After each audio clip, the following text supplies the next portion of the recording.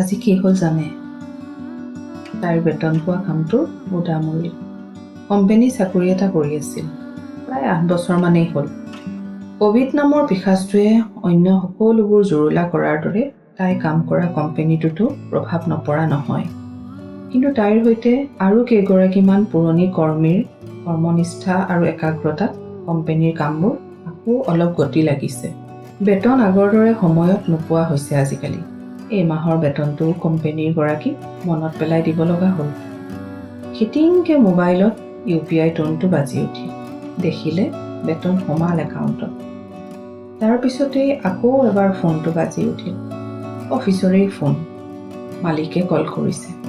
আজি কেইদিনমানৰ পৰা মনত হৈ থকা ভাৱটো সঁচা হৈ গ'ল।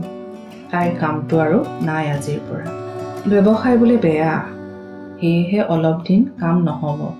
আকৌ খবৰ দিম বুলি ক'লে যদিও এইটো এটা মিছা সান্তনা আৰু ভদ্ৰতা দেখুওৱা মুখৰ এপাত অস্ত্ৰ বুলি বুজি পাবলৈ 1 ছেকেণ্ডো নালাগিল তাইৰ। কিয় এনে হ'ল বাৰু? তাইতো কোনোদিন কামত গাফিলতি কৰা নাছিল। তেন্তে কিয় এনে হ'ল? হয়তো এয়াই পৰিৱৰ্তনৰ সময়। দুখ লাগিব লাগিছিল নে চকু পানী ওলাব লাগিছিল তাই একো বুজিব নোৱাৰিলে।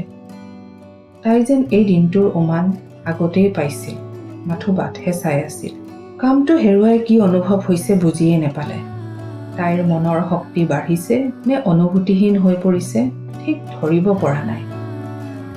এপলক ৰৈ তাই ভাবিলে, যান্ত্ৰিকতাৰ জীৱনশৈলীত তাইও এতিয়া এটি যন্ত্ৰ মাথো। যি হৈছে ভালেই হৈছে আৰু নেদেখাজনৰ ওচৰত কৃতজ্ঞতাৰে প্ৰণিপাত কৰিলে। যদি বাট বন্ধ হৈছে, আকৌ বাট মুকলিও হ'ব। কাৰণ সময় গতিশীল আৰু পৰিৱৰ্তনশীল। এক অনুভৱ।